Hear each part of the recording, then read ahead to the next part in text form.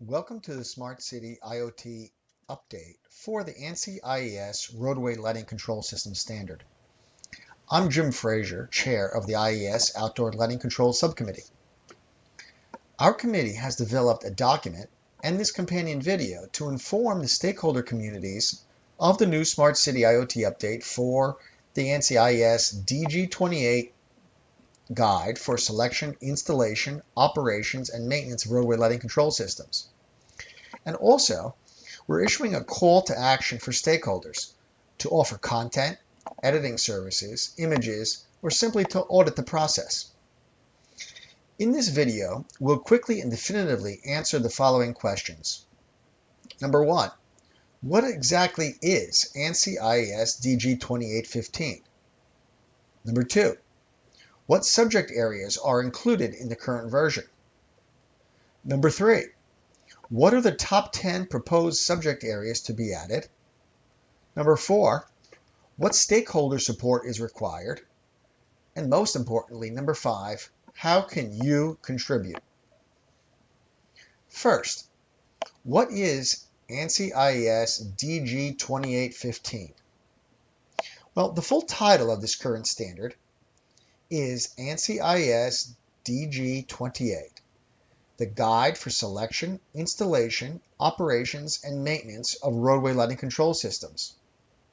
Version 1 was published in 2015. The purpose of this ANSI-approved design guide is to educate the reader on control technologies and to advise considerations for their implementation. DG-28-15 presents an overview of lighting control technologies, some of which are new and evolving, and others that have a proven history. For example, you can refer to the IES standard TM23 lighting control protocols. Next, let's examine what's in the current version of DG-28-15. Section 1 is the introduction. Section 2 describes goals and best practices concerning safety, project planning, the systems engineering process, cost-benefit analysis, and testing and procurement. Within this section, we also discuss the dependencies of requirements upon needs and needs upon users, as pictured in the first graphic. We also examine the systems engineering process and its V model, as described in the second graphic.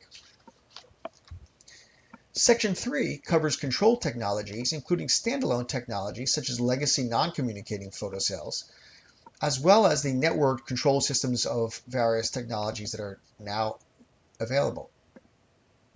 Section 4 describes adaptive lighting design considerations, as well as inventory assessment and deployment. Section 5 introduces adaptive lighting operations, including preventative maintenance operations and analyses of inventory and work management practices, as well as asset management and power monitoring and metering. Section 6 describes integration and commissioning issues, including interoperability, interchangeability, compliance versus conformance, and integration with both U.S. Department of Energy smart grid compliance systems and building automation systems. The standards continuum is also evaluated as pictured in the top slide graphic. Additionally, the differences between various types of standards are examined as displayed in the bottom slide graphic. Lastly, DG-28-15 possesses a number of annexes. These include discussions of the following: US DOT Intelligent Transportation System standards for both traffic management center-to-field device communications, as well as for communications between adjacent traffic management centers.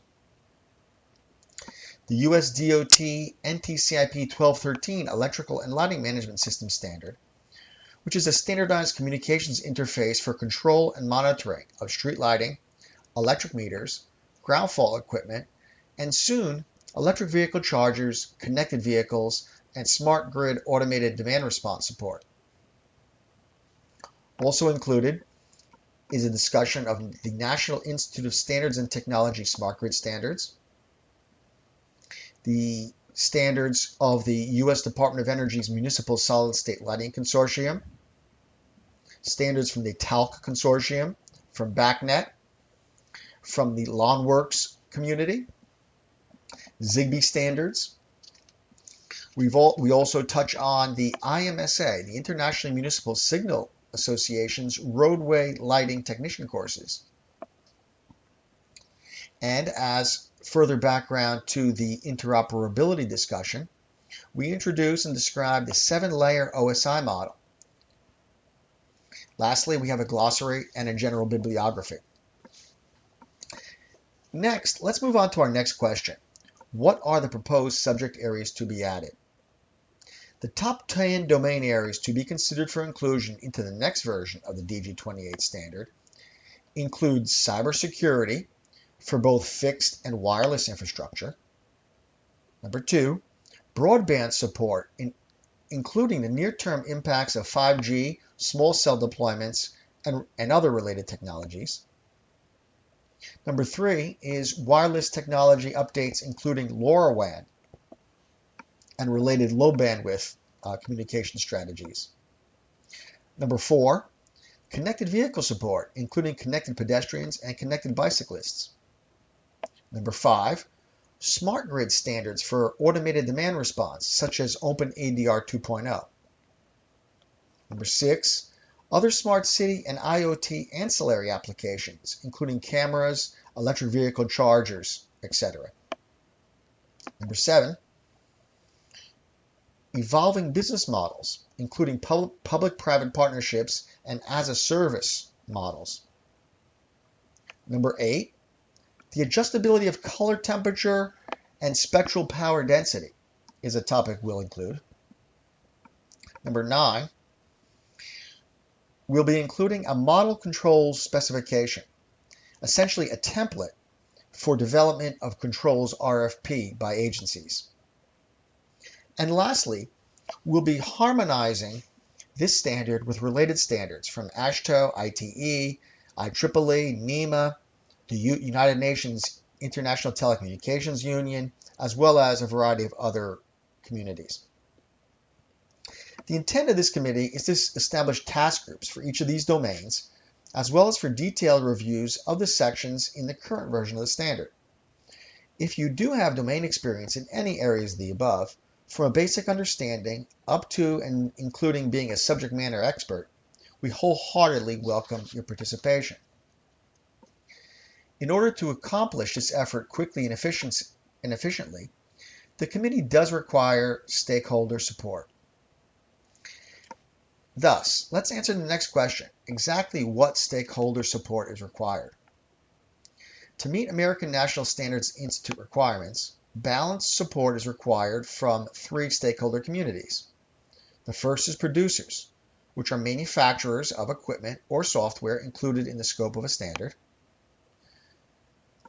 The second stakeholder community is general interest, which is an organization or an individual that has an interest in the use of the equipment included in the scope of a standard, but neither produces it nor directly uses it. And lastly, the third community is stakeholder users, organizations such as electric utilities, companies, associations, or government agencies that use equipment included in the scope of a standard. These include public works departments, investor-owned utilities, city, county, and state departments of transportation, municipally owned utilities, and rural electric cooperatives. To comply with ANSI rules for developing standards, the population of each of these 3 groups above must be evenly balanced. And in order to maintain this equivalency, I'd like to make a special request to stakeholders in the end user communities to strongly consider participating at all levels. This especially includes individuals from public works departments, city, county, and state departments of transportation, as well as municipal electric utilities and rural electrical cooperatives. So how can you contribute?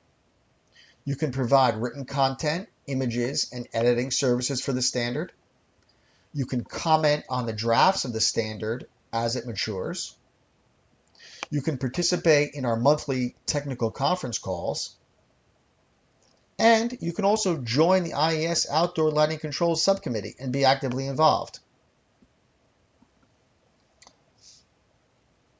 There are additional details in getting involved, as you can see on the screen. There is an online registration link. We do meet the third Thursday of each month at 1 p.m. Eastern Time through July 2018. And after registering at the link on the screen, you'll receive a confirmation email containing information about joining the virtual sessions each month. Next, you can join the Illuminating Engineering Society's Outdoor Lighting Controls Subcommittee at the link pictured. If you join that group, you will receive email announcements of our meetings, discussions, and votes, and other participation opportunities. Keep in mind, while you do not need to be an IES member to join the committee, it is strongly suggested. I'm looking forward to working with many of you on the next iteration of this exciting standard. If you do have questions or comments about the current DG-28 standard, your potential participation, or anything else in this video and white paper, please contact me.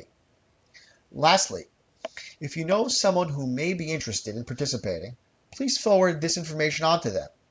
And please feel free to share this presentation on social media platforms as well. Thank you very much, and hope to see you online working on the standard. Take care. Bye-bye.